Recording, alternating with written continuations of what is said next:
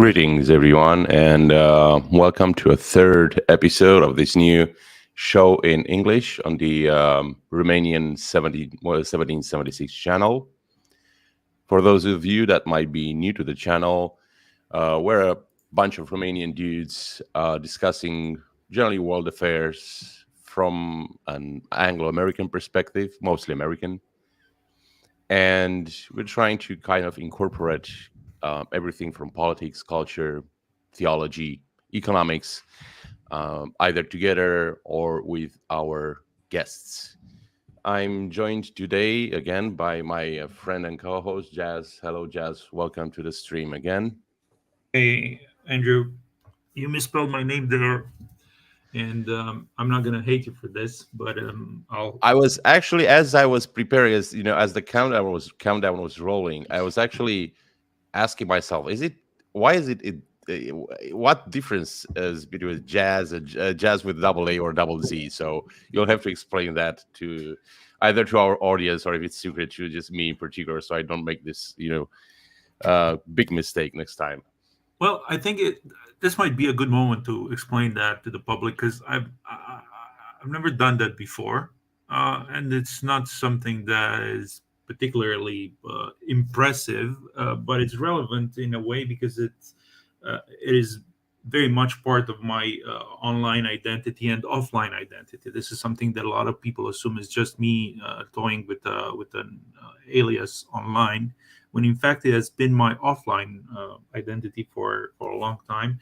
And it all began when I was a teenager, and I think I mentioned this before. I used to do Yeah, street. everything begins, yeah, when we're teenagers. So that's a Well, yeah, but this is something that I carried with me. Look, I'm in my 40s now, and I don't mind carrying this with me. And I'll probably be in, God knows, in my 60s, 70s, and I'll still have no problem with this name. This is mostly because I do not consider aliases to be something wrong. Just because mine is a bit quirkier doesn't make a difference to others. right. So I was a teenager. I was involved in street art. We all had names, nicknames, and mine was quite stupid, as teenagers do back then.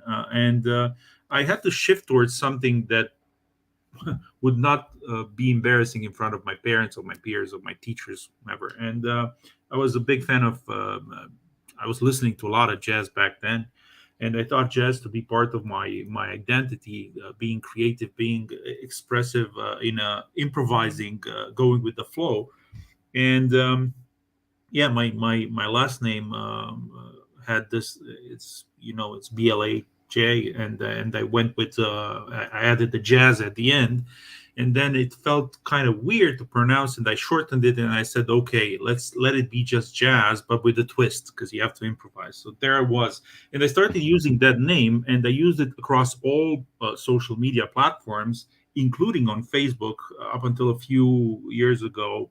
Actually, well, 6 7 years ago, when a real life ex-friend, to call him that, decided to rat me out at Facebook, and Facebook decided that they need my real identity, so I had to change the name. Otherwise, on all the other platforms, I still use this name, and it's not because I'm not proud or I'm ashamed of my name on my birth certificate. It's just this is my assumed identity, and Right. if people have a problem with me, they should look at the amount of people that do not bear their real name. Um, Actually, I was just reading a thread about the meltdown Mark Cuban had on X, when he was asked why did he choose this identity, because Mark Cuban is said to have been had the Jewish name, and he decided to change it for Right. whatever reasons, and he had a meltdown when people asked him why he chose a Latino sounding name. Why not I don't know, Mark Honduran or Mark Brazilian? What, who is he trying to appeal to? I think every and each one of us wants to appeal to a certain population, and that's that. But yeah, it's with two A's because it's improvisation on jazz, if that can happen. Right. So you mentioned, doing street art as a teenager, and for those of us who know us, and we are both of us come from an audiovisual field. We're still very active in the creative field. Basically, this is most of it. It's our day-to-day job, and I also always found it interesting how you can look at art in a sort of forensic way to analyze the state of society, the state of civilization, and it's obviously you need to let some time pass so you can have enough art to actually be able to gauge some sort of uh, evolution.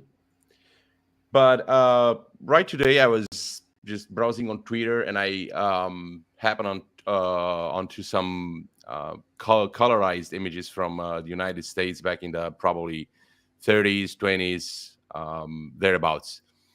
And what struck me again is what really strikes me whenever I see this type of images, even from Romania or from Europe, is how neat and tidy pretty much everything looks. It's the way people cared about every single design, and not only that people were not afraid to use intricate designs to really let themselves at it and make their lives beautiful, as opposed to today's minimalism. And you can argue that there are some minimalistic approaches in architecture or art in general that might be interesting, but they still scream something. They scream of something missing, of something that's being maybe torn away from humanity. And I remember recently watching the Foundation series by Apple, which, as a fan of Isaac Asimov, I must say I was beyond disappointed. And it's one of those things where you look at visuals, and visually it's a stunning series. They really outdid themselves, but they managed to butcher the main story, the characters, and everything else. But one thing, for those of you who read the Foundation, they might remember. If not, so we're talking about this stellar empire that's spanning the entire galaxy, full of humans, very advanced. But there are some things, some indications that things are starting to come apart, including in some defects that appear in trains or spaceships or different kinds of devices. So again, slowly you can actually see in the book, you can see how the empire is falling apart, but first at the borders. And I think like a year ago, I bought some at an auction. I bought some mining stocks, some old mining stocks. Again, being interested in design and visuals, I was really caught by them. I really wanted to buy them. They're not that much, and including I'll maybe use them for some inspiration for my own work.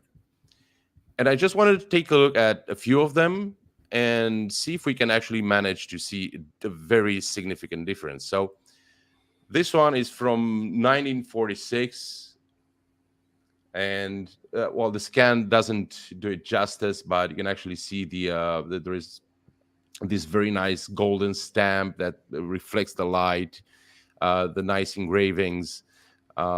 This one is the same. This is from this is from 1956. So again, there are these very beautiful engravings. There is a very much care added to details and the design in general. This one is from 1966, so it's right at the let's say threshold, and you'll see what I mean in a second. This one is from a year before. It's 1965. And can you tell me what do you notice as opposed to the other ones? Mhm. It's, I mean, it's obvious that the trend has gone towards making everything easy, making everything fast, getting rid of the gilding, of the beautification, and in a way, getting rid of the effort. If you tell me this is just a frame around a text, and that's that. Yeah, yeah. And this one, and you can actually see this one is even less. So you can, in this one, you can actually see the resemblance to some of today's documents already. This I think is from 1970. So you can actually see how in the 60s, and let's remember the 60s is the period of the 60s and late 70s. Then the period of the of Lyndon Johnson's Great Society. It's where actually socialism comes in swinging in full force in the United States. Obviously, some may argue that maybe this happened during FDR's time, but again, I would say that whenever socialism hits, especially when it hits in developed countries and when it does not immediately transform into a dictatorship, there is still some momentum in the art and in the culture that continues going despite the rise of socialism.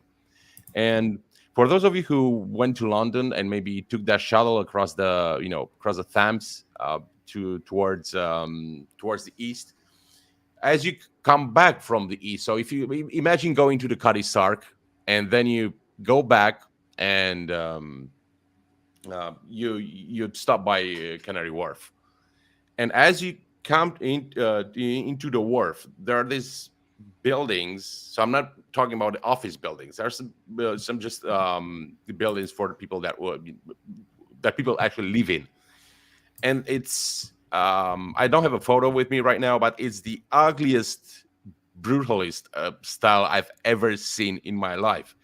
And if you go to central London, you can still see some brutalism that has something to it, that it still has some appeal. But those buildings, man, and to us as Romanians, to the Westerners, this might not make a lot of sense. But we in Romania have witnessed communism and the communist regime actually tearing apart entire neighborhoods, just razing them to the ground and replacing them with blocks of flats, the types of blocks of flats that you would see in back in the 60s in the Pruitt Igo project, with which we've been talking about here before. So we've seen this, and we've seen this type of decay, but in Romania it was highly accelerated. So and now after that, when communism fell, what happened is that we already started to import minimalism from outside.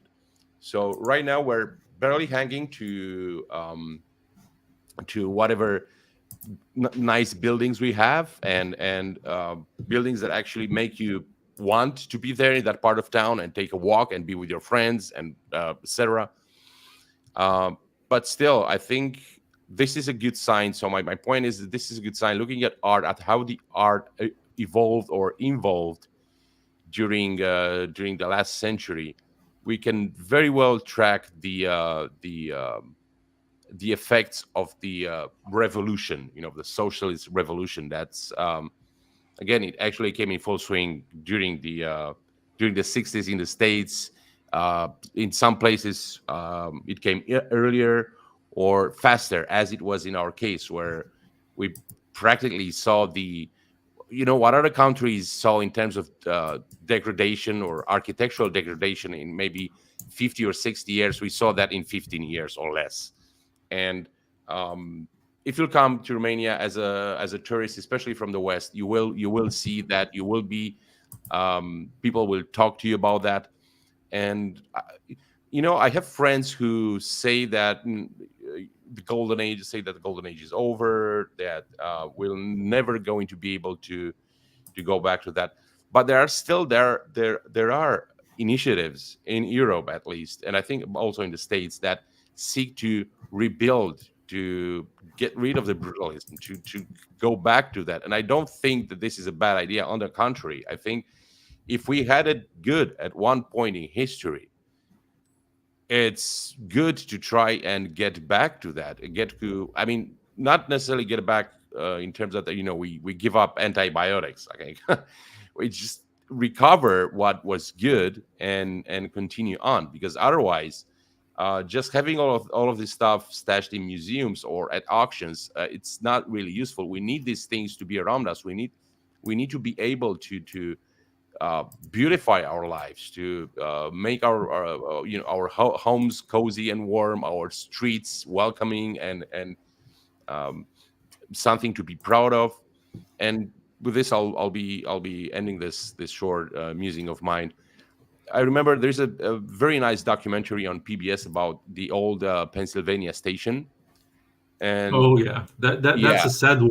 That's a sad one when you look what we're going towards nowadays. indeed. Um, but so during that documentary, there is a short interview with an old lady that she was 5 at the time the station was built, and she says that she was not coming from a poor family by any measure.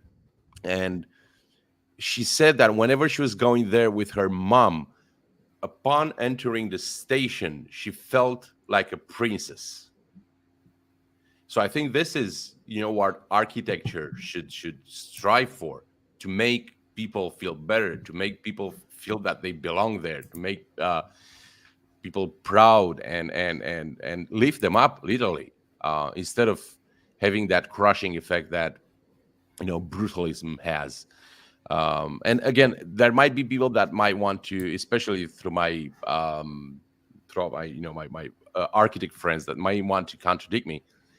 But I'm still hanging to this. I still think this is a good idea. I still think it's good to go back to the drawing board from some perspectives, and revive some of the things that we've lost. So again, we look at what we lost, look at what we had, and let's think of how we could beautify our lives, especially in today's climate, where I was looking at the news from last time that we had our live broadcast, and it all feels like a blur at a point. It seems like it's the same things happening over and over again. And art is something that might actually help us to get rid of that, to be able to eject ourselves from a world that it's very very hostile sometimes. I was just the other day. I saw a picture of, I think it was a public library or a hotel in Buffalo, New York, and I remember looking at it and being shocked to see it was built or the photo was from 1908. And looking at it, if you squint your eyes, you have the feeling that you look at a picture of the Bastille in Paris prior to the French Yes. Revolution. And I Oh, I think it's this one. I think I have it here. Let me see. I think it's this one, right? oh yeah, oh yeah, oh wow, good, nice. Yeah. Nice coordination. Yeah, it looks in a way, it reminds you of the Yeah. Bastille. Of course, it has more light going through the windows. Bastille was Hmm. a prison, but I was thinking, this if this was built. Just to hold your thought a little bit, because I was talking about earlier about the Pennsylvania station, and Alexander Cassatt, the president of the Pennsylvania Railroad at that time, actually went to Paris, and he looked at the one of the train stations in Paris, and he came back to the States with that picture in mind. And obviously, being an American, let's make it 10 times bigger and 10 times taller, and it still came out awesome. It's not even in Texas.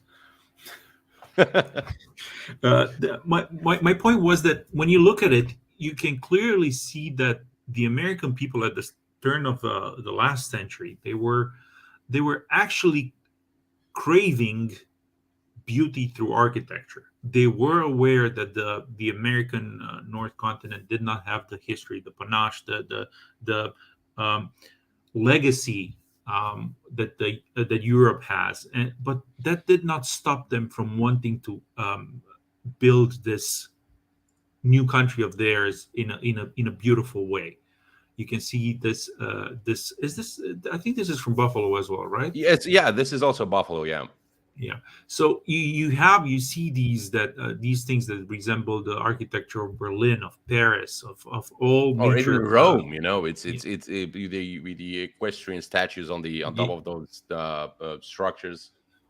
yeah, and even though the American culture did not have a unique an original sense of architecture, they were not shying away from copying the greats. Right. And I On the think other hand, this is you're making a good point because I had a lot of discussions with a lot of people telling me like, the Americans didn't actually invent anything. They just imported scientists from other countries, or they just imported artists from other countries. But if there is one thing the Americans are very good at, there are many things that the Americans are good at, but one thing is recognizing talent and value and cherishing it and making it better and giving it the fertile ground to develop. well, yeah, and not only they nurtured this kind of talent, but they also um, understand that talent needs money, just like in the 16th century during the Renaissance, you had all these rich families of Italy or in France at the Versailles. You have all these patrons of fine arts. Those people understood that art, beauty needs money, needs resources in order to grow, to flourish. And in a way, what the Americans did over the past 2 centuries, or let's say prior to the Second World War, was to put a lot of money into creating beauty, even if the beauty was imported or the talent was imported. On the other hand, if you look, because you were mentioning FDR, if you look at the buildings that started to be built, especially the government buildings, because that's very important. This was the new identity of the American Republic. This was the way the government wanted to be perceived. And I'm saying this as somebody coming from Romania. We Romanians are very proud of Dracula, though that's Bram Stoker infiltrating himself into our culture in a deceiving way. But whenever I have guests in Bucharest, I tend to take them to see the House of the People, the Casa Poporului, the Parliament building, and you have that huge, that ginormous, ugly slab of marble, tainted with a lot of blood because it was built by a dictator, and the surrounding squares and all those long boulevards, white buildings, white, repeating itself. And I realized we're kind of I don't know. We think that's what would impress someone from the outside, when in reality, all it does is it shocks you. And going back to what I was saying about FDR, the Pentagon was they started building it in, I think, in early 1940s. And if you look at it, what is what's impressive about it beside its size? Well, the shape is interesting. I mean, if I would have to compare or choose between the Pentagon and our People's House, I would still go with the Pentagon. I mean, it still has some sense of good proportion to it, and I think its proportions are way better than the ones in our People's House, especially since they in the People's House they actually try to, and it's ironic Oh, somehow because wait a they second. actually We're try not to comparing reference. the Sorry. we're not directly comparing the two. But what I was Yeah. saying is when America was looking towards Europe for inspiration, beauty came about. When it started developing its own identity, it started to look more and more rough. I don't know. Whenever I look at the Pentagon, it's impressive in size. As you said, it has some good proportions, but compared to any other building prior to that era, I don't know. It does nothing for Yeah, me. yeah, but I would also say that the American approach is not a straight out copying Europe. There's Oh, always that reinterpreting it yeah, reinterpreting. yeah. So it's a continuation. It's a I wouldn't say improvement. It's something else. It's something that it's of added value. I'm pretty sure that if uh, socialists actually understood art as added value, they would hurry up and do lay a tax on it, because it's added value. So why we should tax that? Why did you add value to it? So, but yeah, I mean, it's obviously Europe has this great treasure trove of pretty much everything. And I mean, also the entire European Mediterranean space, the even the Middle East, and obviously Europe was such a melting pot for thousands of years, and with all the nations just closely together, interacting, fighting, writing about each other, cursing each other. And then the Americans came about and went to a new land where they were unencumbered by conflict, but still they had the European inheritance that they could actually take forward and continue.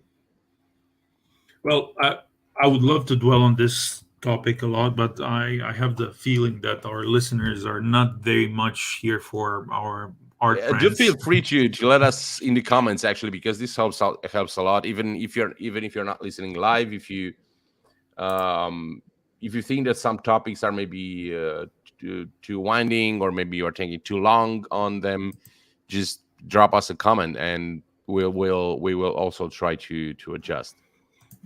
Well, but if I were to stick to this point about art, I'll continue by saying that.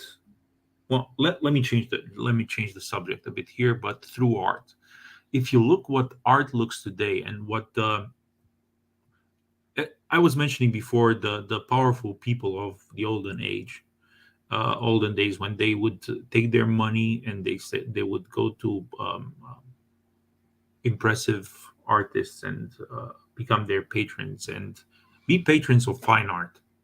If you look nowadays at the powerful people of our age and what kind of art they consume, you start to shiver and tremble. I know I do that, and I say this because I want to talk about a very powerful person that has been involved in a big controversy because of art, because of the art he owns, because of the art that was seen throughout his homes and the interviews you see what's behind him and what's the art that he's identified with. And I'm here to talk about John Podesta, that has been recently in the Yeah. news. And I don't know if our viewers remember this, but um, prior to the 2016 election, uh, John Podesta was, I think, the chief of Hillary Clinton's campaign. And by the way, this might be a good time to remind everyone that we are not suicidal. We're not. We're very happy with our lives as they are. So, Yeah, I would say we're way too insignificant. unimportant. Yeah, yeah, It's yeah. significant, but just in case, Yes. we have Uh, we live relatively happy lives. Okay, so yeah. And John Podesta was back then was in the news for his involvement in the elections, but he was also in the news due to the fact that he had very strange, weird art, to say the least, let me surrounding see if him. I can get some of it in the. Make sure we can still have uh, the stream up because once you put that Yeah, kind of thing actually, on, yeah, actually, people, if you just Google John Podesta art, yeah, you should you'll see what we're what we're talking talking about about here. here. Yeah. And John Podesta is back in the news because President Biden decided he needs a new role. And he was appointed to replace an older politician, let's say. Um, I'm talking here about the climate change czar, John Kerry.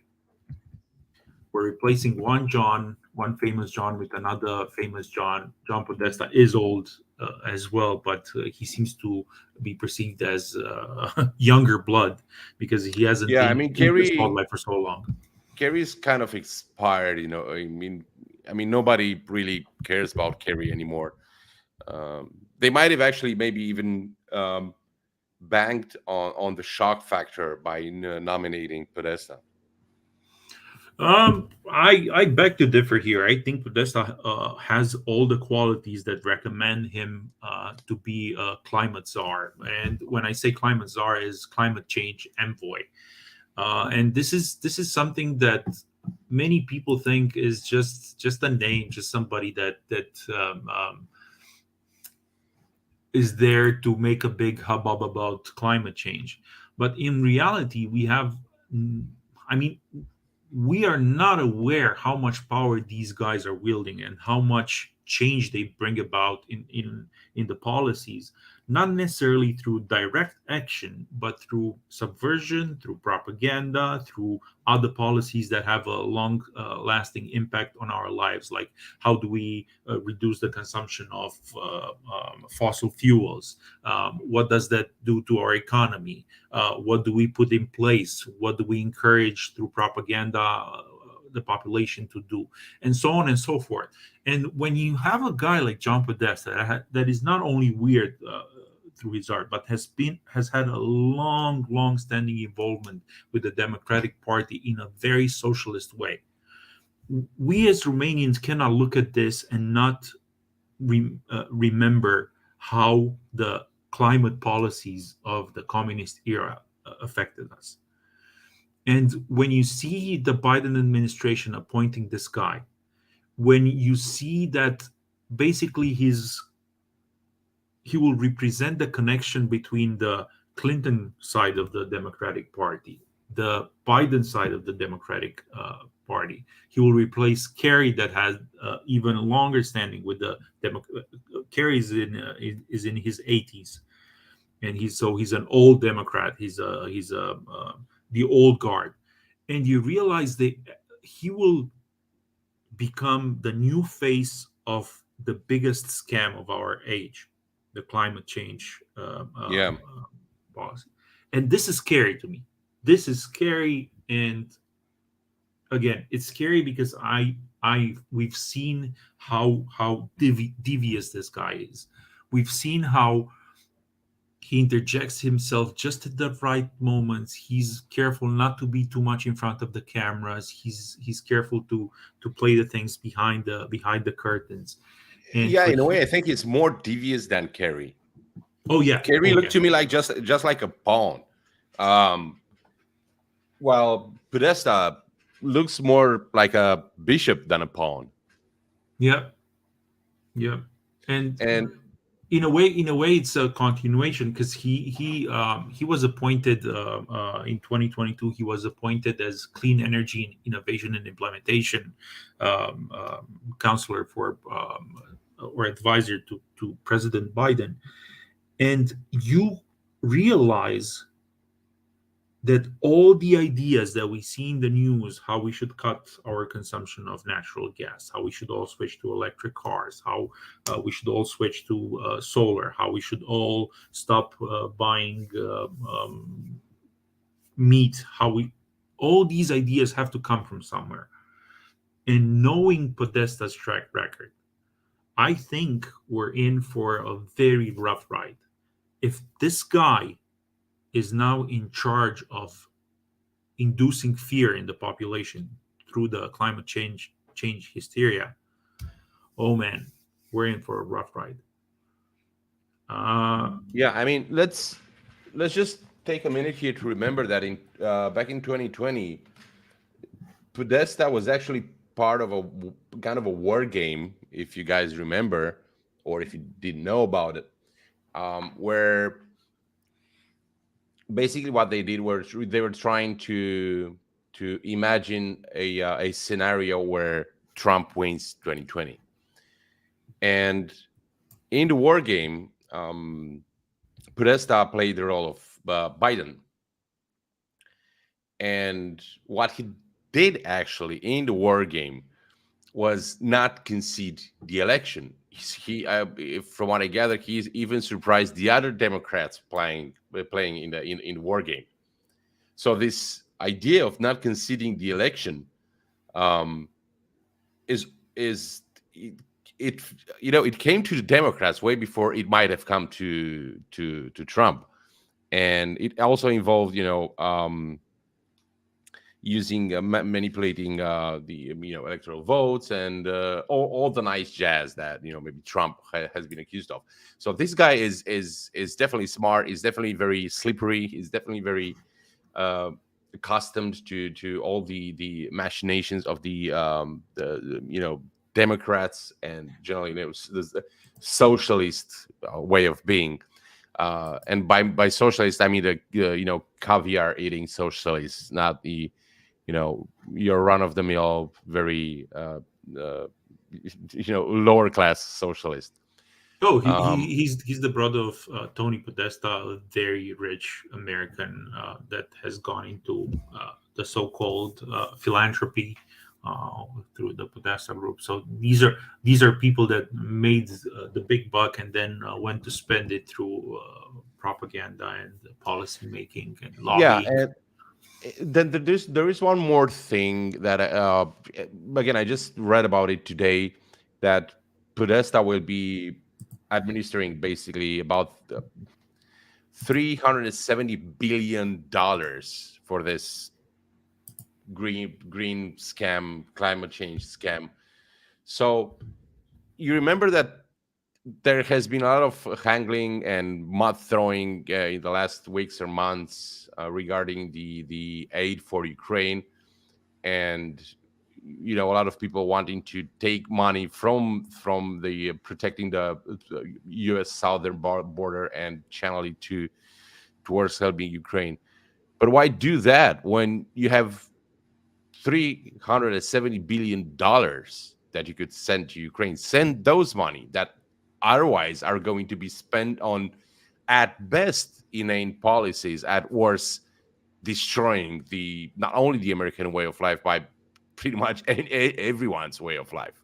Oh, by the So way, this is a very good point because whenever we're talking about sending money to Ukraine, whenever we're talking about what the imports of grain from Ukraine are doing to the agriculture in European, especially Eastern European countries, we're being told that the war effort in Ukraine is worth every last penny.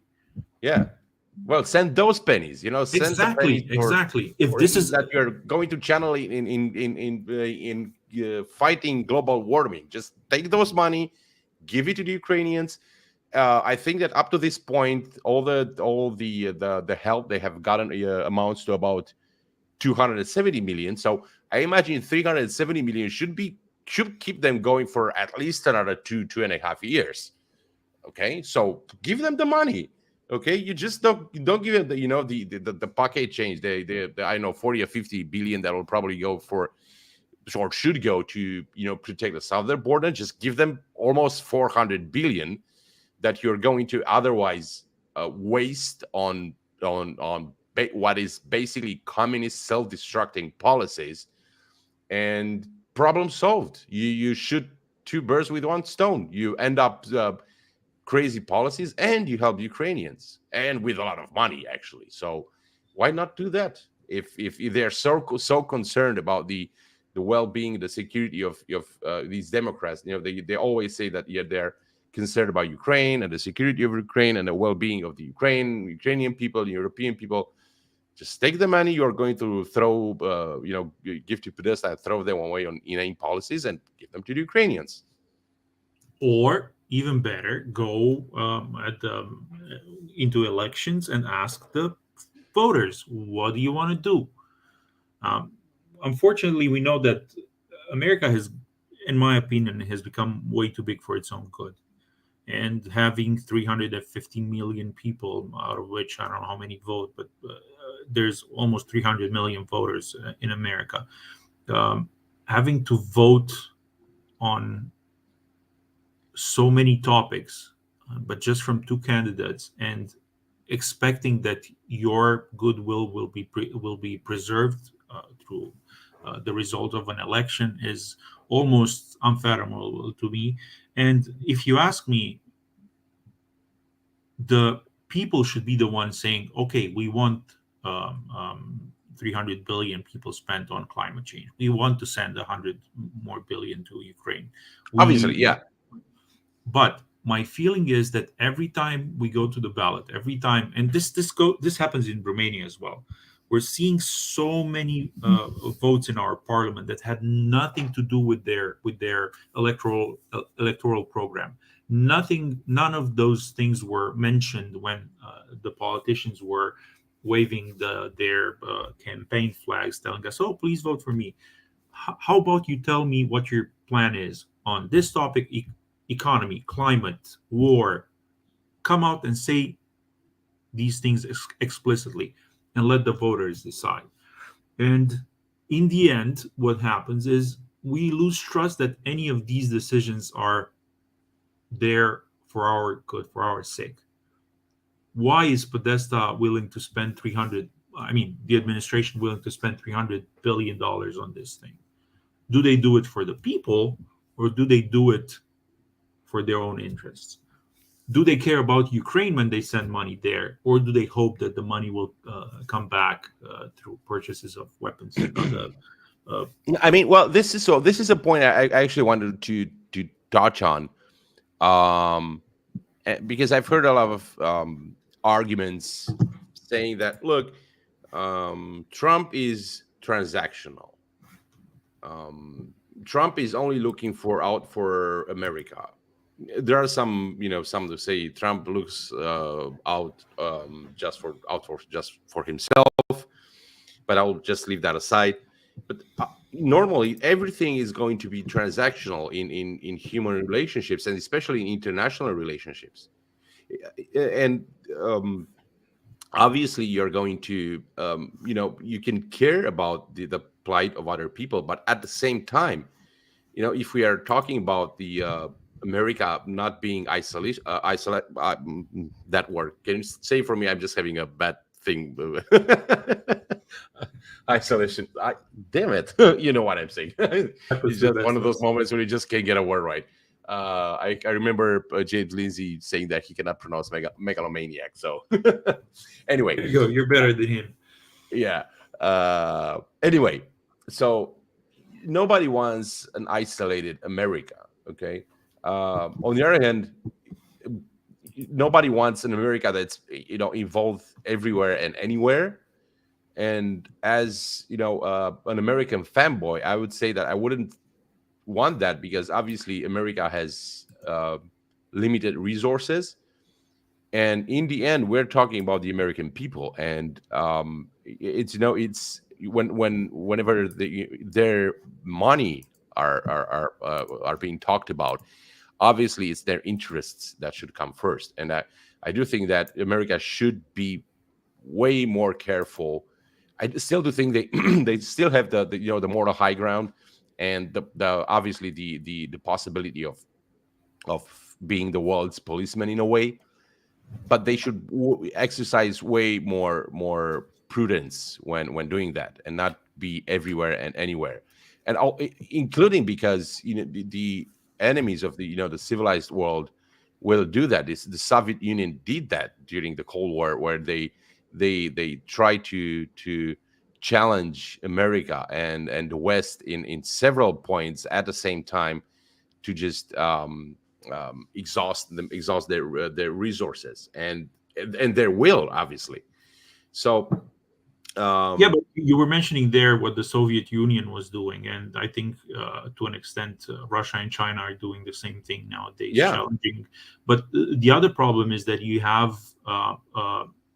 I agree with you. America should at least be perceived as being the um, I'm not going to say the policeman, but I think it should stand as the defender of democracy in the face of all these Let's say tyrannical the regimes. mediator, not the policeman. Let's say the Yeah, mediator. Okay, let's yeah. just from time to time do what Teddy Roosevelt did, and just parade the white fleet around the globe, just to remind people that you are there. But But don't keep the white it's not fleet all. only I mean, but in order to do that, you have to be the strong guy. And Yeah, what's happening here, we see time and time again. Uh, um, America pretending to be the strong or wanting to be the strong guy, but acting against its own self-interest. right. And in a way, I think what the Russians are doing, what the Chinese are doing, are weakening the American society from the inside.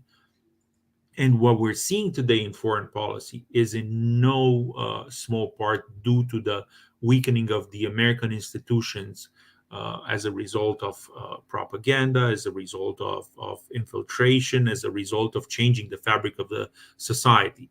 America should stay strong, and America should stay strong not only because Trump says "Make America Great Again" or because Biden. By the way, did you know that Biden says the same thing? I was just watching the other day a short documentary, I think by Financial Times, on Biden's Inflation Reduction Act, and it's interesting to see if you watch it. And I encourage people to go just because it's so relevant. They are saying they're praising Biden for saying the same things Trump was saying for 4 years. Let's bring back the production to America. Let's stop relying on China for all for chips or on other countries for resource. Let's bring back mining to America. Let's do all those things that Trump said we should do in order to have a strong America. And you have the Financial Times saying out loud, singing praises to the Biden administration for saying the same things Trump was saying. And just to be fair, through the Inflation Reduction Act, we've seen some measures being taken for the silicone industry, for chips manufacturing chips, and for mining being brought back to the United States, which I think is a good thing. America should stay strong. America should remain the beacon of freedom for the rest of the world, and can only do so by through being strong. Yeah, and this goes even it's even valid for Europe, and I'm not saying the European Union.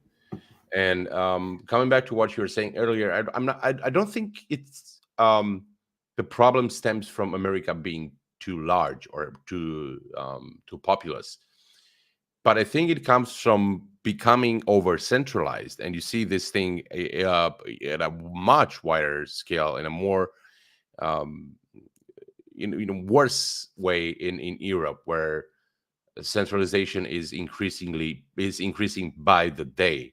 So again, it's not the number of people that concerns me, or the size. It's how centralized the governments become. And I think this is the thing that I've been thinking a lot about, and I think I'll dedicate more time to it.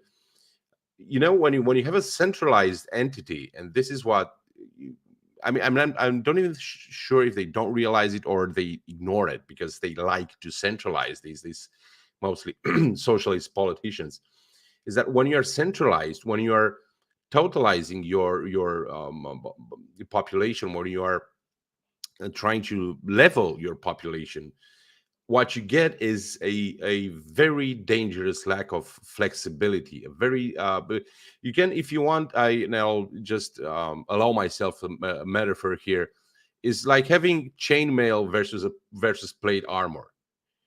Plate armor may be more resistant, but it will not be as flexible as chainmail. It will not permit you to be as nimble as you are in chainmail. And I think this is how basically a unitary anything, a society, a community, a country, a group of countries should be interacting interact as as scales or links in a chainmail, where you maintain a lot of freedom of movement while still keeping vital connections to other community members or countries or continents. And because especially when it relates to the European Union, Europe, if anything, we just talked about that. If anything, what the I think the one of the biggest advantages that Europe has enjoyed for centuries was the great variety that within less than 2,000 kilometers across or 3,000 kilometers across, you get an enormous variety of people, cultures, and they were all united. And I think in some measure, they still are. They were all united by Christendom. That was the glue that tied everything together, and in a framework, in a very strong and clear moral framework. And then while still maintaining the particulars of each country and each region. And I, if we are to desire for ourselves a strong Europe, and with strong constituent members, this is what we should be striving for. This is we Right now, the European Union, and I've said this before, is abandoning if not most of, if not all, the values that made Europe great. Under the various claims and invented rights and invented policies that only harm its people. In a way, I love this metaphor of yours with the plate mail and the chain mail. In a way, I think the chain mail, the European plate mail, stands for the desire to communicate that we're under assault. We're always under assault, and we need to centralize all the power in Brussels, and we need to put this plate mail on. But this takes away from the flexibility that a chainmail has, and all the links should be able to move separately, and yes, be united for a common goal, the protection or the preservation of the European life, the soul of Europe. But if you cover everything in this plate mail and you're always pretending you're under assault and we need more power there and we need to be in a constant conflict, all you have is fear, and you have control in the hands of a very small group. And when I was saying earlier that the United States is too big for its own good, I was talking exactly about that, because you have so many voters depositing their trust, the power in the hands of so few. And Yeah. this is an ongoing thing, and we should not be surprised that the European Union is doing this thing where it wants to get more and more power in its hands, in the hands of the bureaucrats. Yeah, and it's not just a European thing. The same thing is happening in the United States. And when the founding fathers came up with the federal system, that was the whole idea: have as little power in the hands of the federal government, give as much power to the states. And we're seeing over and over again the reversal of that thing. We're moving as far away as possible from that model, and I would not be surprised if in the near future we will see states trying to secede because of this. On the other hand, we will see the government in Washington wanting more and more, grabbing more and more power under the same, using the same tactic: fear. Oh, we're under attack, we're under assault, we Yeah. need to put the big breastplate, the big plate mail on, so China or Russia or whomever else is attacking us. Yeah, and this is classical already. The the use of a real or a perceived threat as motivation to grab more power, because you tell people, look, there is this and that threat. It's there is a war, there is a pandemic, there is a global warming. You just give us more power, and we'll deal with it. And the problem is that when not only power, they also ask for money. They just constantly increase your taxes, and then you see that when a crisis arrives, they're not able to deal with that. Let's remember back during the pandemic that most countries were complaining about not having enough hospitals, not having enough beds, not having enough this and that, and asking people to make sacrifices. And my question to these people was, well, we've been paying you a lot of money for decades, if not more than decades, and you told us you got this covered. And when they came to us and said, well, we have no more rooms in hospitals, where I'll just file that under not my problem. We paid you guys to do this. Well, it You was our came to problem. us. It was problem all along. That's the point. The government always relies on the fact that it is not our problem. Oh, I'm not sick now. Oh, I don't have kids in school now. Oh, I don't use the Yeah, highways because I'm using a scooter inside a 15-minute city. So it's not my problem that we don't yeah, have highways in Romania. But in reality, what the pandemic showed, it we had the problem, we just did not know about it. And yeah, when it came, when the big problem hit all of us, it was interesting to see that they were asking for even more power, yeah, even more yeah, money. yeah, It's like yeah. we failed you when there were small problems, but we promise now that we have big problems, now we will not fail you. Provided you give us more of your money and more of your liberty. And let That's us buy so many doses with so many billions of dollars, and then we end up being sued in courts, and then we end up losing money. By the way, if a settlement is agreed with the manufacturers, obviously the money will be paid by the population through and even taxes. today, So it's with the war in Ukraine, and we talked about this before. I think in our first episode in English, when they tell people to prepare for war because, well, it looks like we're not, you know, Russia's way more. It's harder to beat than we actually expected, and now you all have prepared for war. And again, you this is a dereliction of duty from my perspective. And again, I'm not necessarily talking about NATO. I think no, NATO has done well, by and large. Um, but I'm looking at I'm looking at DU, and that they're now churning up production of artillery shells and whatnot. What have you guys been done? Have you guys done all this time? Because you can't say they didn't have warnings. They had warnings at least going back 2008.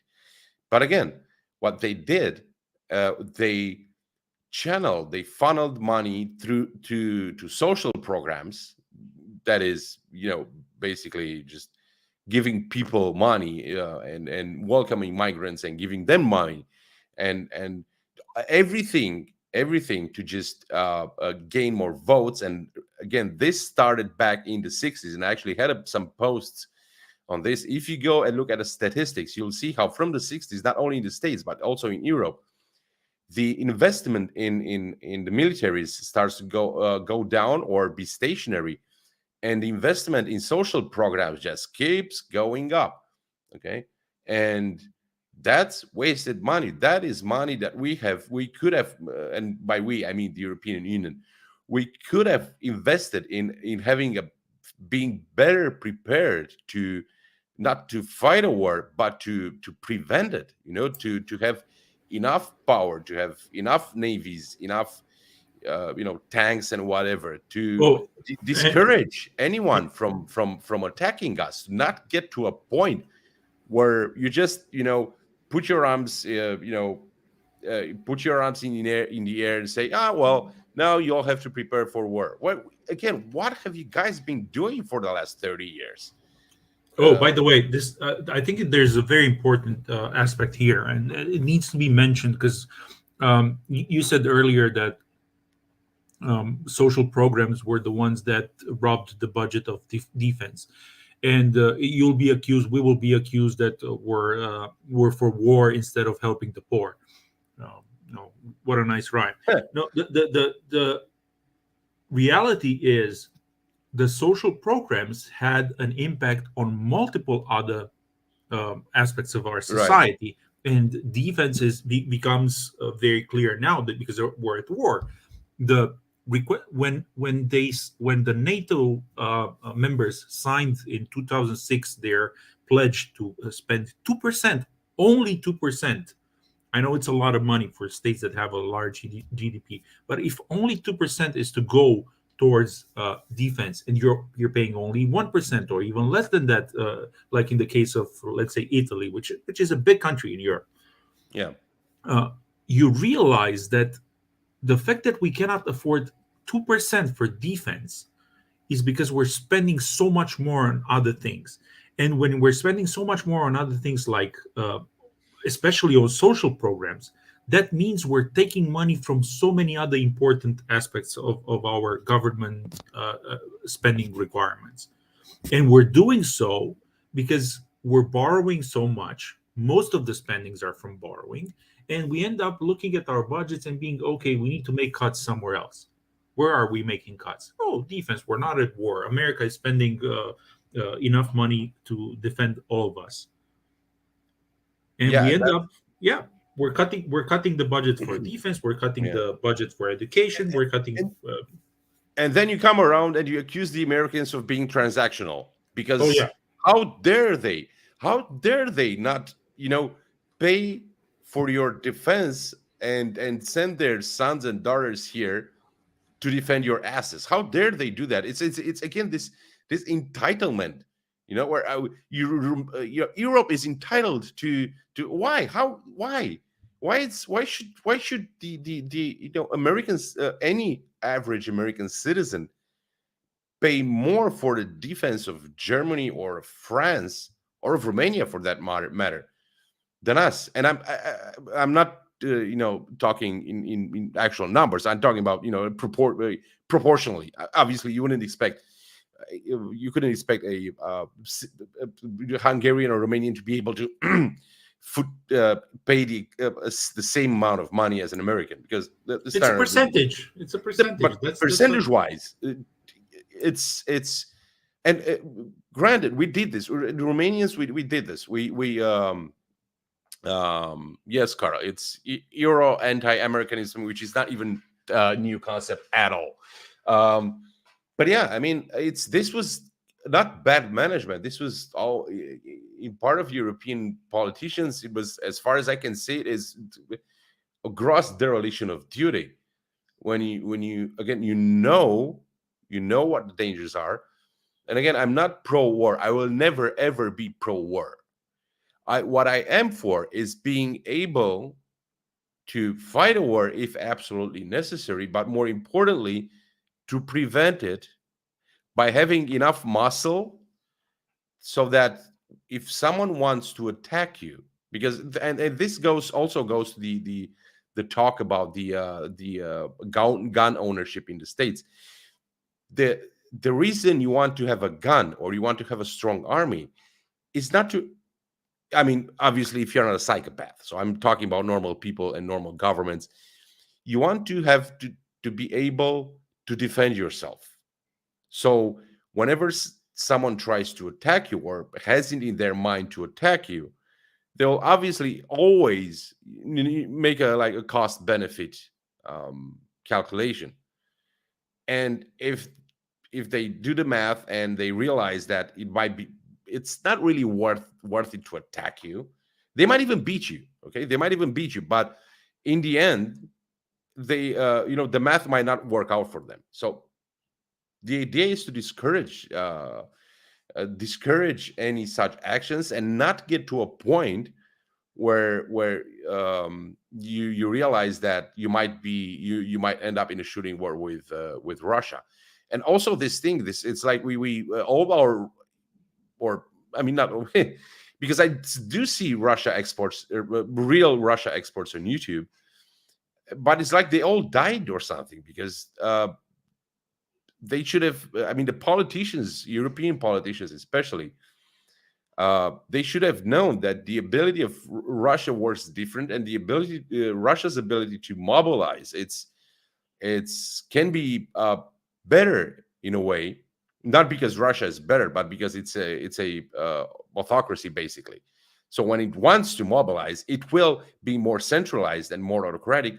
Will almost always mobilize faster than any other democracies, because in a democracy you need to explain to the people why you need to you need them to start preparing for war, why you need them to Yeah, pay more but we taxes. had so many years. We had so many years to prepare ourselves, and yet Europe, European governments laughed in the face of their people.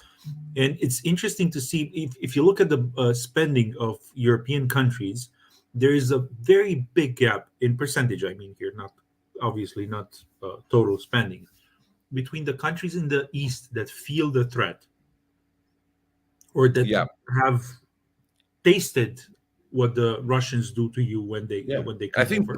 Poland is doing a stellar job at getting prepared. I mean, I Yeah, think, they're almost at 4% in the yeah, last and I think at this 10 moment, I years. think their army is better than Germany's army, and that's So quite here's a something. list of the So countries that are not spending their pledged 2%: Germany, France, Italy, Netherlands, Norway, Denmark, Belgium, Portugal. Yeah, what do they all have in common? They're far, far away from the Russian yeah, interference, and they have a lot of Russian well, interests. Let's Norway say. not so much. If you come to think, although like Finland is kind of there to Well, Finland, take the because you first mentioned blow at Finland. least. Yeah, but they are at 2.45 Oh, percent. they are okay, all right. Yeah, Finland is Poland Yeah, is Finland is obviously Estonia, because the Finns Romania, know it. The Lithuania. Finns know, yeah.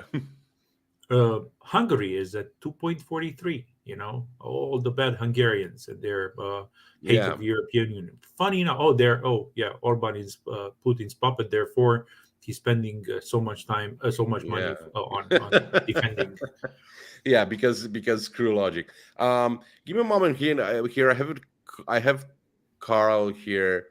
Uh, can you elaborate a bit on your point? I'm not sure. He says I'm gonna just display this on the screen here for Yeah, he everyone to says see. that there is some justifiable anti-Americanism from the Euro right. Uh, There is I mean, always a justifiable anti-something. yeah. I mean, I'm not saying. Again, I'm not saying we should, pray to the Statue of Liberty, but I'm trying to. So, look, there is a strain of anti-Americanism that was, you know, left influenced, if not left planted, and it was there all of the time.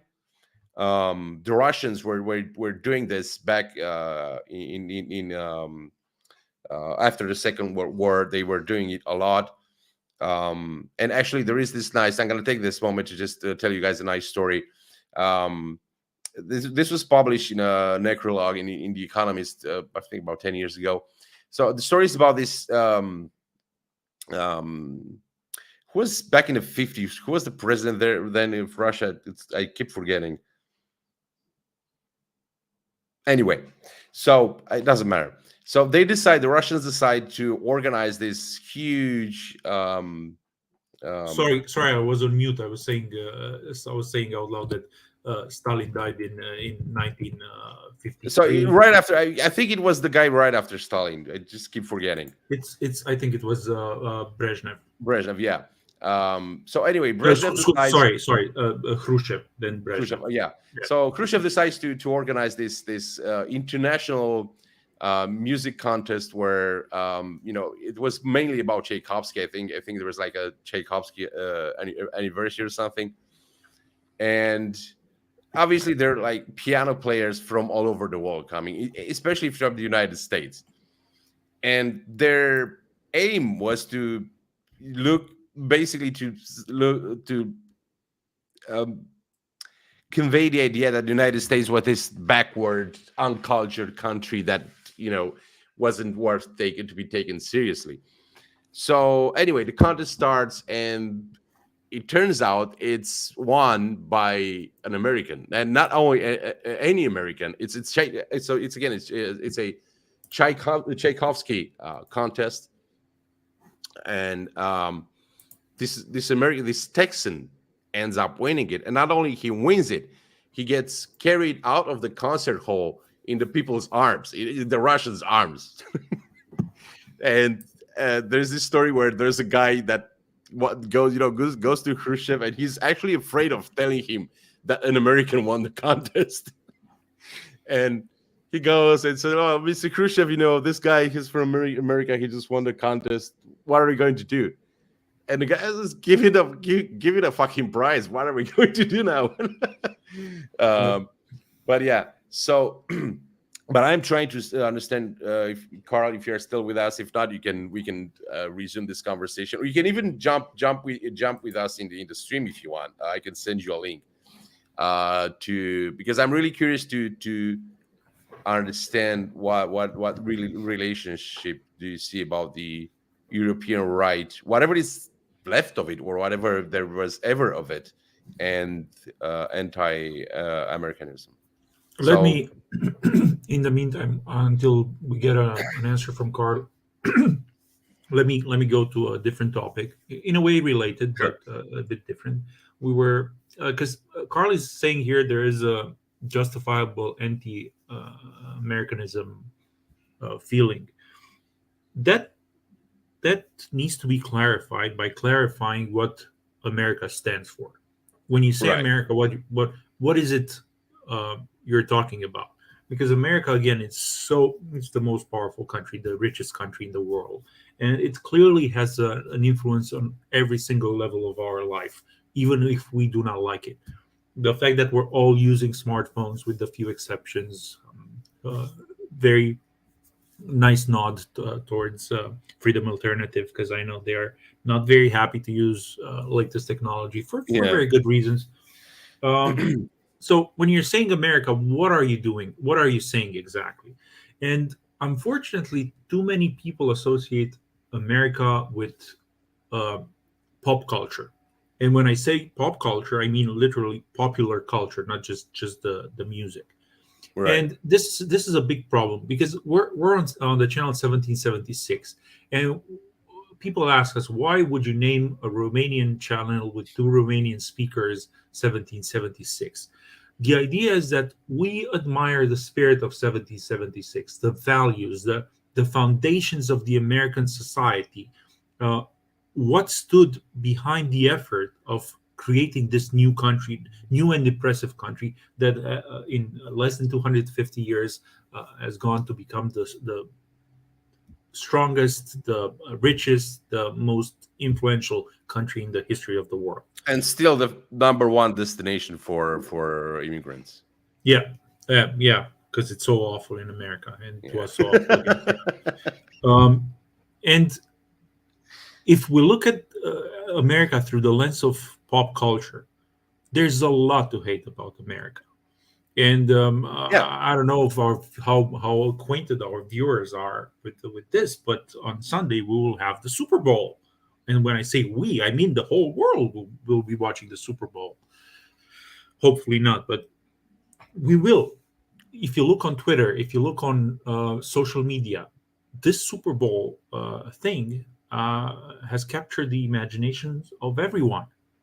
And in 2024, especially more than ever, through the very unfortunate, if you ask me, conjunction of two very popular movements.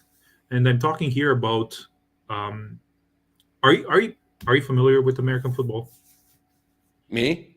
Yeah. Yeah, I am pretty much, and I like it a lot. I mean, I Yeah. I didn't get too many occasions, and I always say this time I'm just gonna start watching more of it. I love it, and I remember, again, I'm this kind of I love spectacle. So Yeah. and I remember just to I remember this movie by Oliver Stone, Any Given Sunday, that was basically a tribute to American football. It was really great. But anyway, I'm gonna let you Oh, continue. you also have the Remember the Titans, very very nice Yeah. movie with the Denzel Washington. So you have Super Bowl that the 2024 Super Bowl is so important because not only you have the Super Bowl spectacle, and if you look at the American ratings on TV, I think out of 20 most watched shows of the past year, I don't know, 16, 17 were football matches, uh, American football matches. And on top of that, you have Taylor Swift dating one of the guys from one of the finalists of the Super Bowl, and the internet has gone crazy. The ratings, the number of topics, the trendings on social media are insane, and I keep seeing these pieces of news about will Taylor Swift make it in time from her tour in Tokyo to watch her umphless boyfriend. I don't know. She keeps changing boyfriends like socks, probably because she needs material to write new songs. Will she make it in time from Tokyo? Will her presence there help the Kansas City Chiefs, her boyfriend's team, win? Will this be the most glamorous appearance? So on and so forth. And it made me realize so many people see America through the lens of this culture, this type of culture. And it's so sad because it has permeated every aspect of the American society and through it the world. We're talking about the Super Bowl like it is the most important event of 2024. We're talking about the power couple Taylor Swift and Travis Kelsey, like they are being this amazing and inspirational couple that should be followed to the ends of the earth. Maybe we should have a religion with their name, and we should worship them, and we should start turning the world to match their preferences. And I know it sounds ridiculous, but actually, you can read pieces of news about the 2024 elections being heavily influenced by this game, and especially this couple. Hmm. And it's gone so far that politicians nowadays are afraid not to interject themselves into the conversation because they have the feeling that they are losing something if they are not part of talking about the not only the Super Bowl 58 but about this power couple. And you had the Liz Cheney chiming in saying that she understands why MAGA Republicans hate Taylor Swift. And it's like, are you people crazy? Are you Americans crazy? How did we get to the point where we feel the need to talk about a lady that has done nothing in her life but parade her infantilism? She's so immature. She's so acting like a teenager, even though she's in her 30s. She's a number one superstar in all music charts because she sells millions and billions of songs to youngsters that have been bred in a way to consume poor quality culture. And there you have politicians saying, okay, we need to be part of this.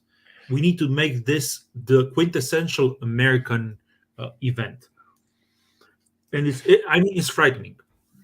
Well, I think we're kind of coming back full circle to where we started, where because these people like Taylor Swift, and I should say that I couldn't say I like her music because I never actually listened to her. Maybe just in passing, whenever just there was her music blasting out from some cafe or something. I know Um, one song, and it's a song that I heard on an animation. I think it was by right, I don't know, whatever. I but I would say this. I would say this. I wouldn't necessarily put her down in terms of she's doing nothing, because I think there is a lot of work involved in what she's doing. Maybe not as much work as I don't know, someone plowing their land or something, but um,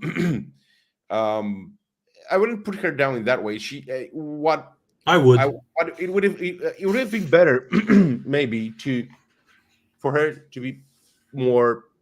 So what I if I would have to tell something about her, I would be telling her about being immature. But I think she's been nurtured to be like that. She and all these, let's think that, all these people, I mean, not all, but a lot of these singers are being groomed by producers that are sometimes in their maybe 60s or 70s, and those producers have again a large media um, conglomerate behind them, and those large media conglomerates are being owned by this and that. Let's not forget that, the I think it's he's still the CEO of Netflix, if not the former, up to 2021 or something. He was a direct relative of Sigmund Sigmund Freud, Freud. and of John Bernays. I think he was. I'm not sure he was Edward or not. Bernays. Edward Sorry, Bernays. Edward Bernays. Edward. Yeah, I don't. Yeah, I think it was from the Podesta. I got stuck with John. Um, and I think there again, this is people like Taylor Swift. I think are just a manifestation of the culture war that and they're just you know, pawns, very rich pawns, but still pawns in there. This does not excuse her because she has access to information like a lot of people on this planet now have. She definitely has probably time to process to very nice cozy environment to actually process information and read a damn book.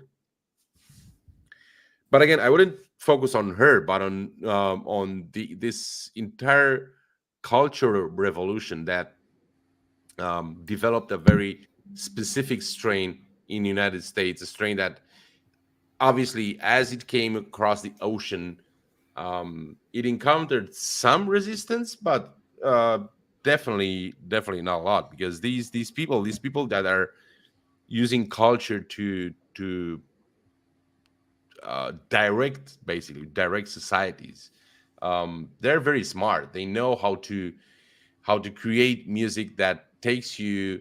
I remember listening to some Gregorian music, like real, true Gregorian music, a few months ago, and I think it's called the Gregorian Academy on YouTube or something like that. And I did listen to a lot of interviews and talks about the Gregorian music, and what people say is that the Gregorian music appeals to some higher senses that you have.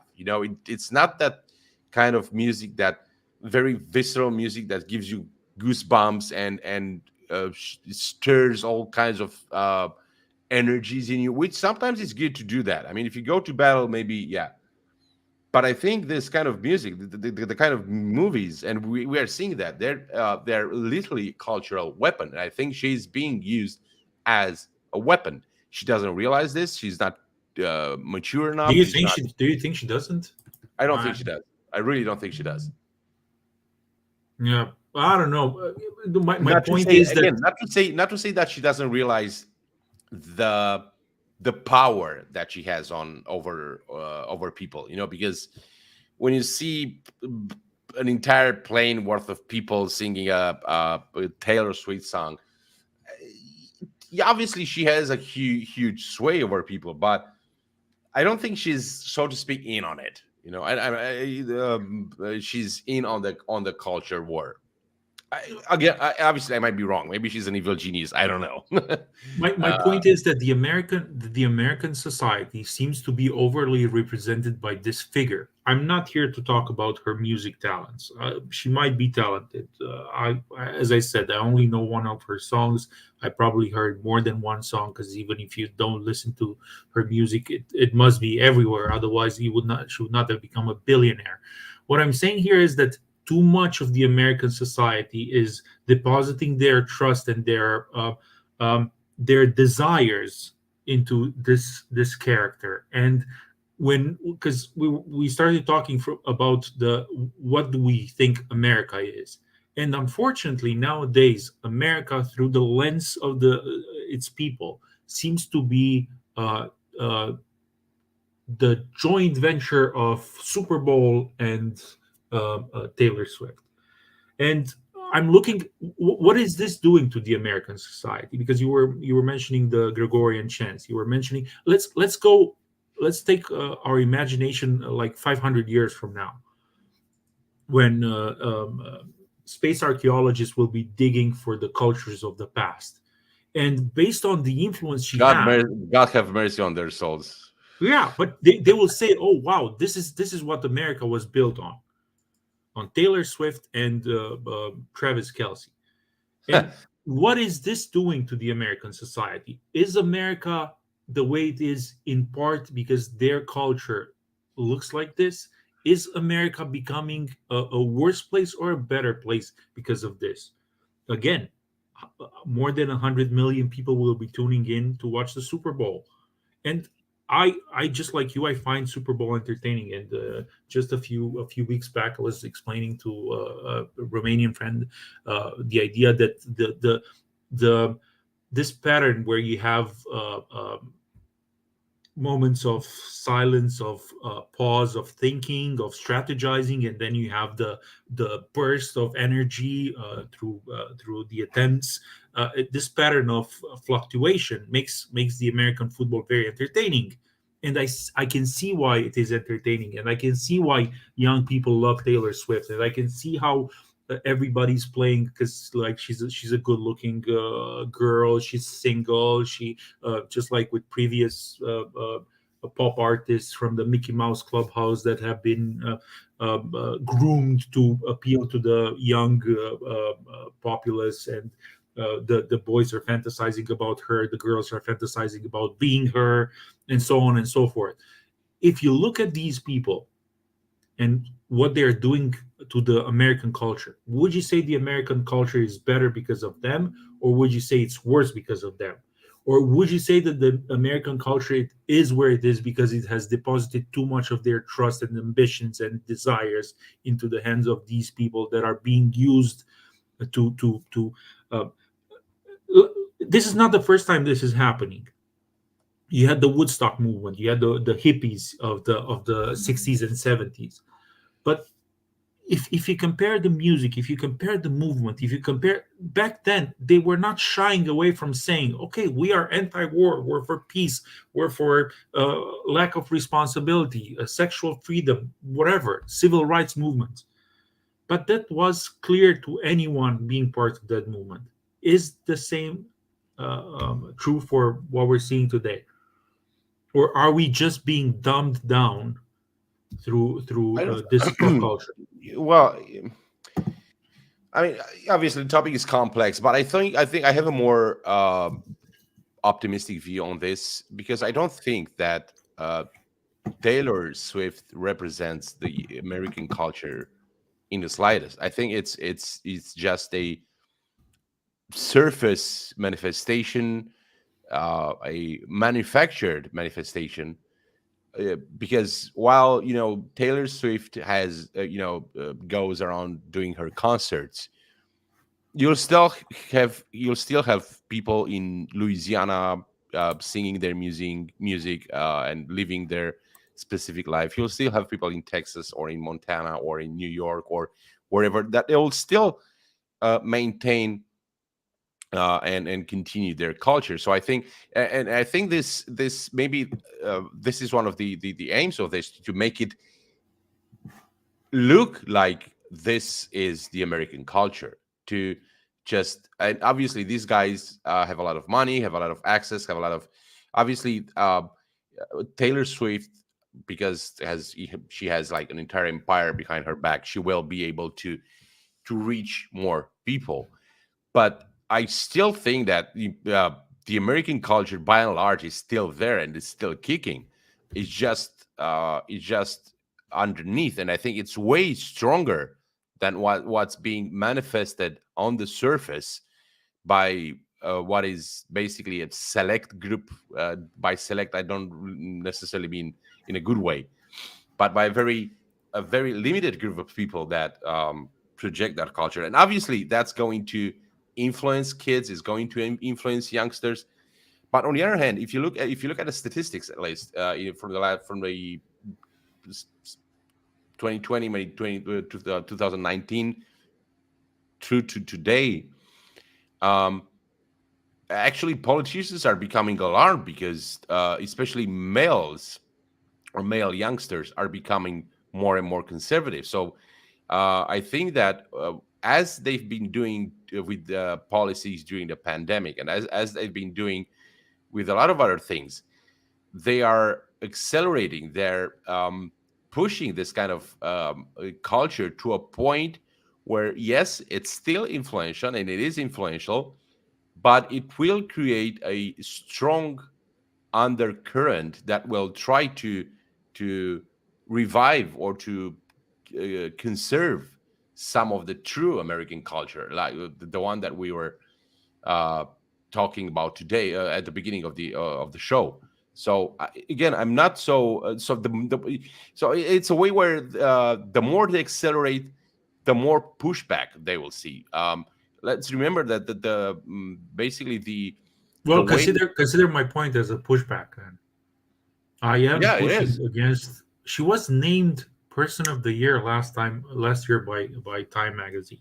I know Time Magazine and their Person of the Year have become more and more irrelevant, or at least they seem to be a joke the way they choose the Person of the Year. Yet think this through the lens of somebody that is seeing things from the outside without knowing who Taylor Swift is and the culture. And I just made a quick search on Google to see how many results the query of Taylor Swift would result in. 1.2 billion results. And then I went in and I searched for jazz, and it might be just an accident, but it's exactly 1.27 billion as well. So Taylor Swift has permeated the internet at the same rate as a genre, a very diverse genre that has been around for 100 years or more. Yeah, but then again, any level of low level culture, it will generally have more appeal. So again, I'm not saying it's good. So I mean, there is definitely a decline. Uh, but again, in my unwavering optimism, I do think that there is a very strong cultural undercurrent, not only in the states but also in pretty much everywhere else, um, that will make itself felt.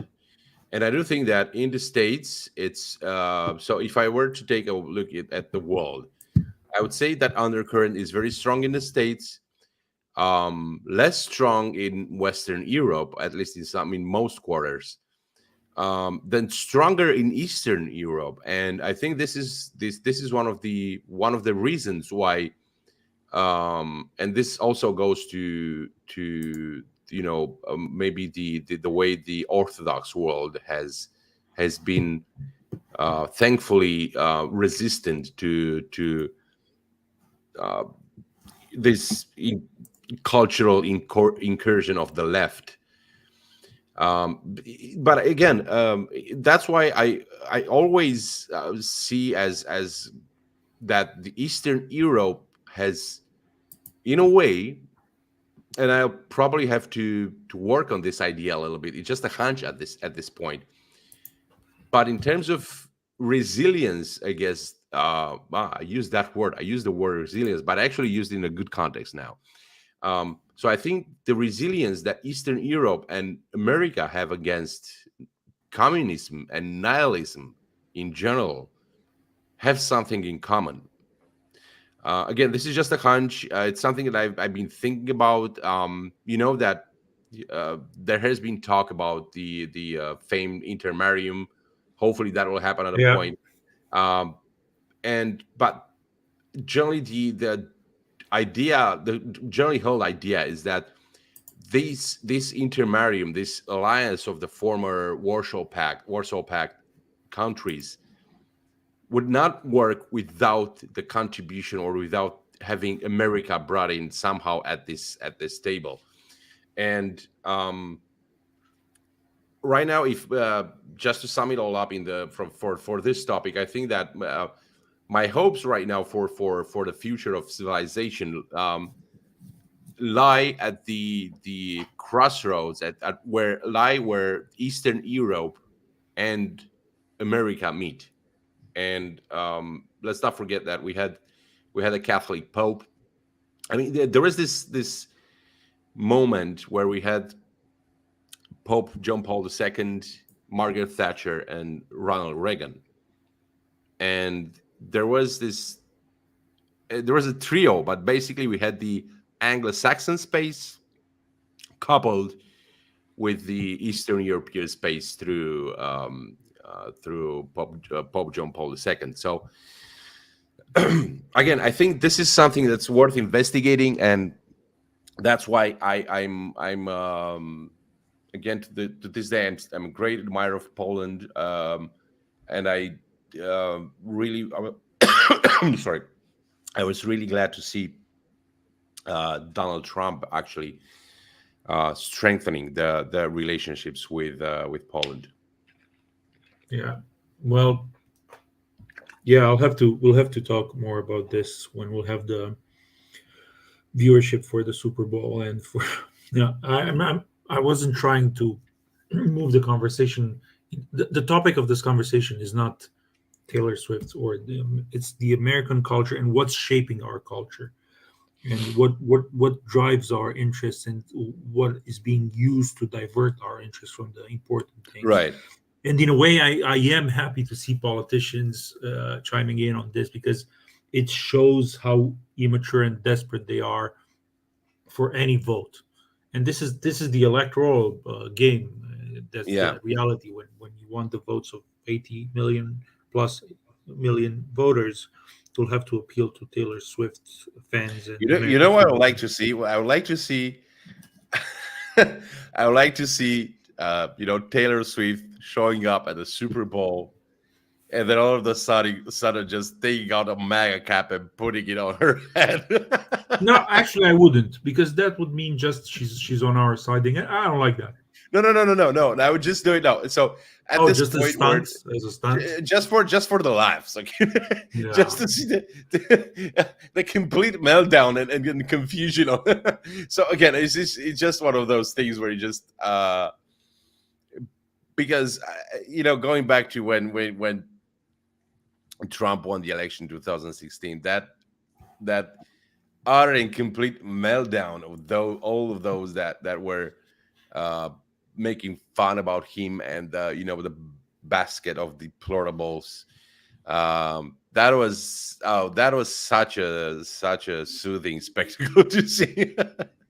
Well, I'm afraid that, and here's my.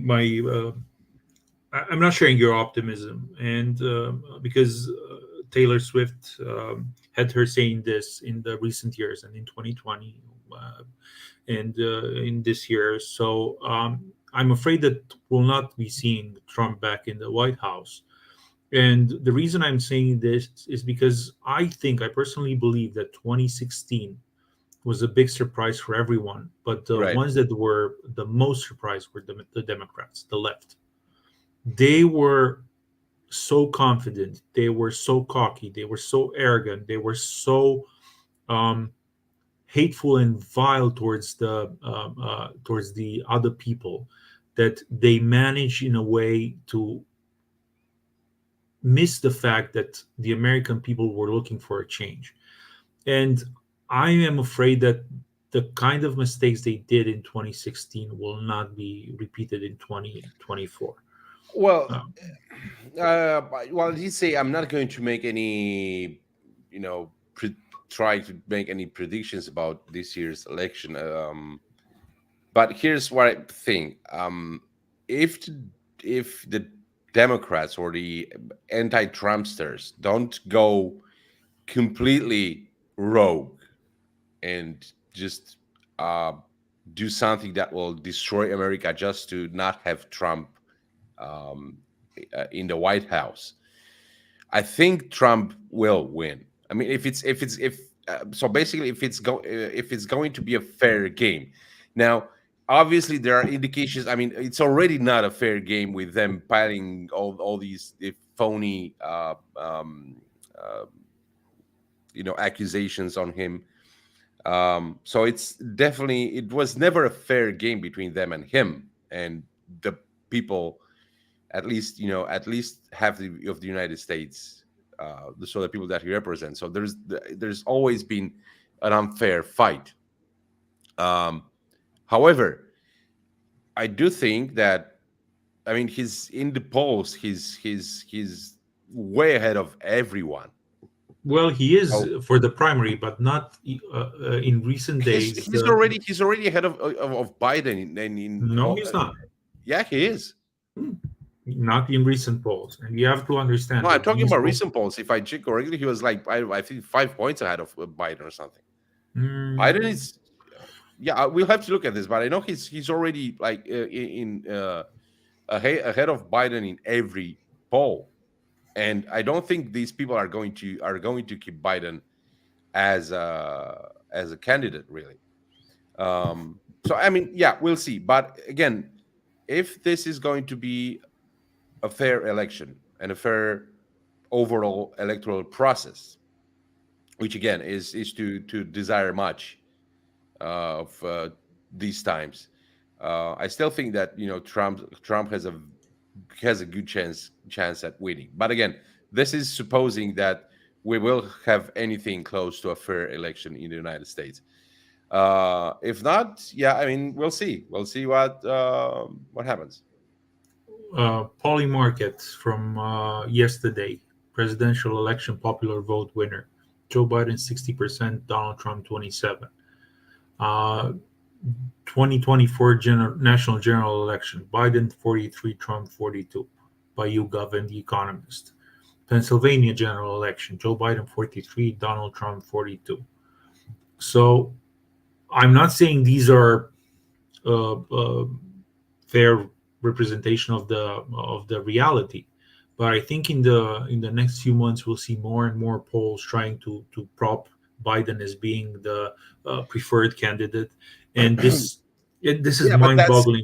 that's not going to be a fair take because I think no way Biden is. I mean, his approval rate is in the gutter, and Yeah, by the way this year started, I'm not sure how he's going to make up for that. Really, this year is not really looking good for him. So, but yeah, I mean, we'll see. Again, this is yeah, this is something that we'll just have to wait and see. my only hope is that people look at these elections not through the lens of polls or through the lens of culture, not through the lens of influencers, and this is something because we're Romanians and we're speaking mostly from our experience in Romania, but we're very much connected to the world.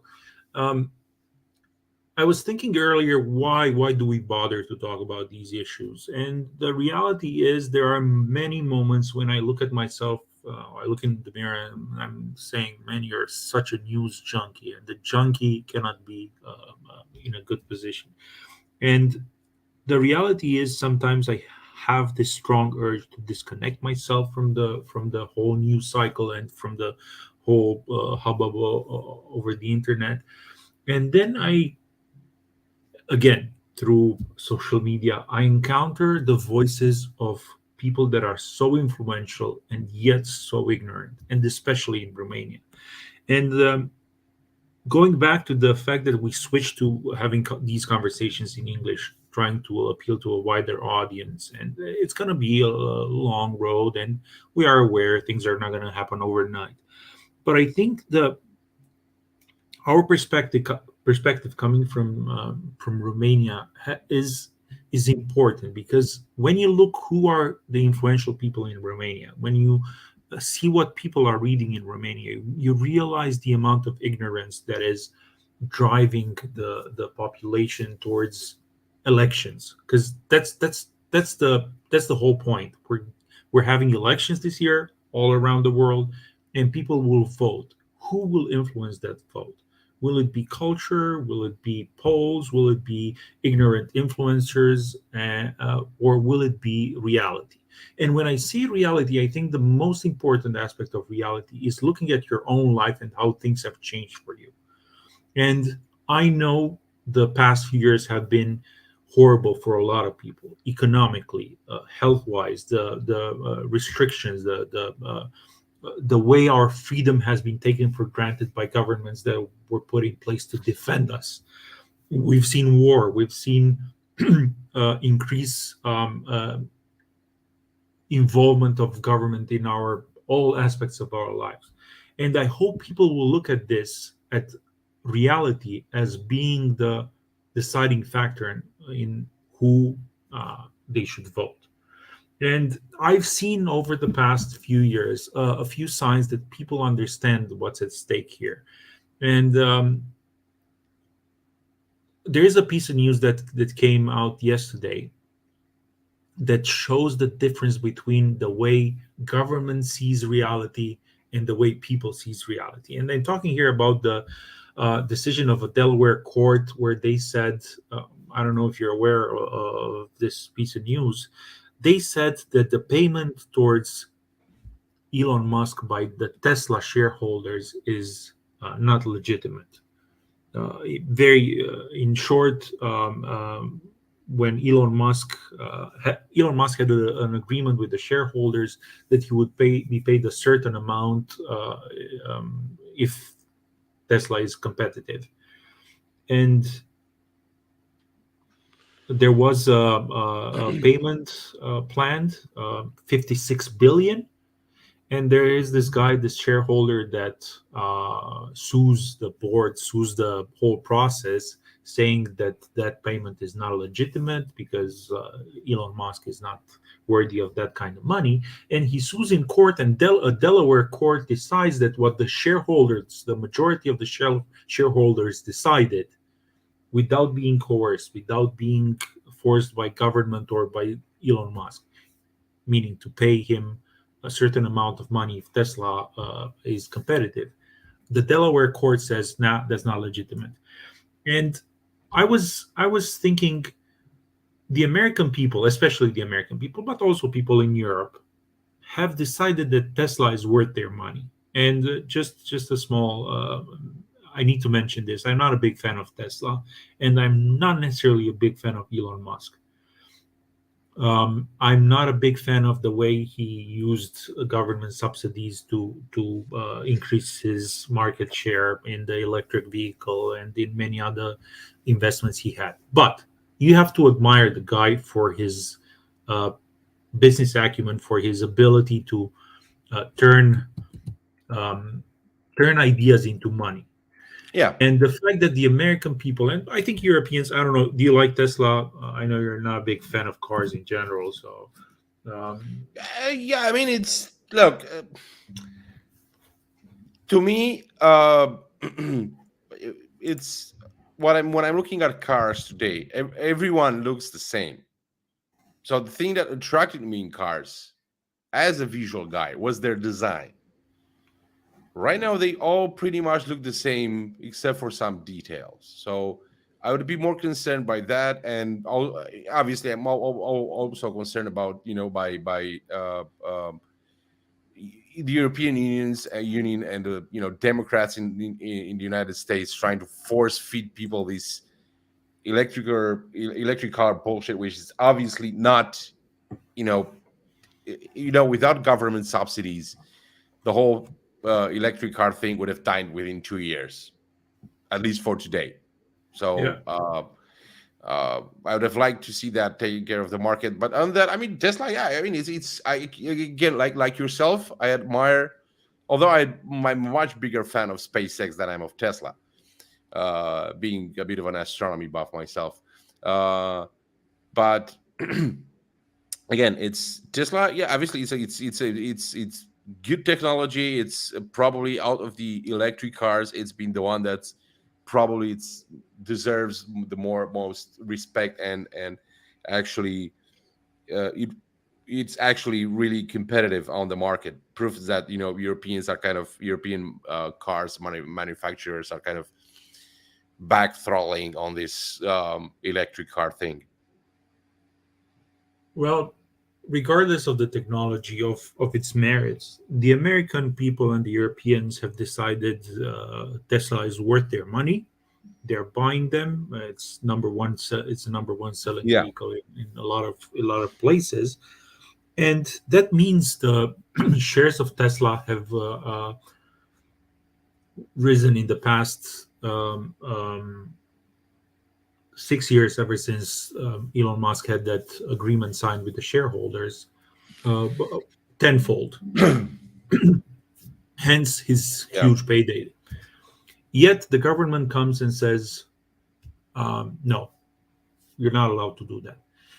This tells me that the Americans and the Europeans, and hopefully the Romanians as well, understand that the government doesn't really care about your personal choices. It doesn't care about your welfare. It doesn't care about your preferences.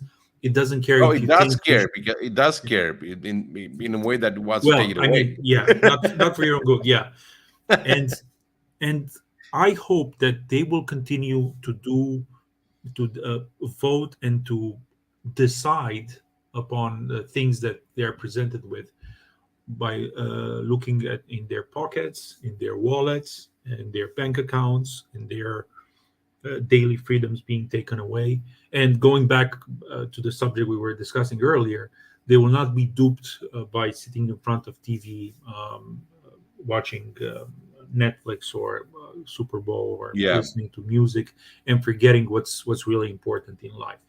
And hopefully the markets will signal that there needs to be a change in politics. The way the power is abused against the people that are electing the people in power yeah, is shameful. yeah. And with this, we'll probably close if you don't have anything else to say. Oh, Um, let me add yeah, one tiny piece of news that is trending on Twitter, and it's piqued my interest as well because I'm a big fan of Formula One. Lewis Hamilton just announced that he will be joining Ferrari, the Ferrari team, the Scuderia from Maranello in 2025, so next year. And while this is a big piece of news, it makes sense to me because he wants to be remembered as the greatest, and usually the greatest have at least some sort of connection to Ferrari. But the more important aspect of this is that the moment the news was announced, the Ferrari shares skyrocketed in the just in the past 24 hours. The rise in price for Ferrari stocks has been by 15%. So from 62 billion or $60 billion to like almost over 70, which is impressive, which comes to show that people understand that they can vote with their money, with their wallet, and there is intrinsic value in right. yeah. Let me just end on this. I don't know. I think it's a positive signal, and Yeah, yeah, uh, absolutely, absolutely, yeah. And I just wanted to say one more thing in relation to the market. So this is something that we've been all looking at how Disney has been sabotaging m- most of its IPs, if not all of them. And everyone has been asking, "Oh, what are they doing? What are they thinking? Do they want to go bankrupt?" So I think a problem that we should be careful about is that these companies, and especially those behind these companies, might be at a point where the agenda might be more important than actually making profit, and they might actually apply a system together with the state, a system similar to what the banks are doing, where uh, they will apply a lot of they will continue to apply and to follow their try to push their agenda, and hoping, and probably with good reason, to be bailed out by the state with taxpayers money. So I think we'll have to see probably in the next years. I think this will become clear, because if this trend continues in Disney and in our companies, it means that they have been really captured, or there's like a very deep complicity with all the states, where they will expect policies and regulations that favor them, and subsidies and bailouts, just to continue to push their agenda. So this is just a theory, but I think it's a sound theory, and I think it's something that we should be looking out for. Yep. I think this should summarize our show for today. We're looking forward to receiving messages, comments the from our viewers, trying to understand what they look into when they tune in, and of course we're looking even for suggestions of topics that should be discussed. And who knows? Maybe we will have a tiny but significant influence on the people following us. Not because we think we are the holders of truth, but because Yeah, we we believe really do. We really do. But yeah, we believe in meaningful conversations, and we yeah, believe in being informed, because I think ignorance is the plight of our society nowadays, regardless of what drives it. But I think we should stay informed. I think we should read more. I think we should understand our society better, and who knows to what end will lead us. Thank you for having me over. yeah. And thank you for coming over as always, and thank you to all of you who've been watching us for the last 2 hours, and for those that will be watching us in the future. Don't forget to like, share, and subscribe. And we'll see you next Thursday.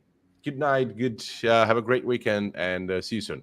Bye. Good night. Bye bye.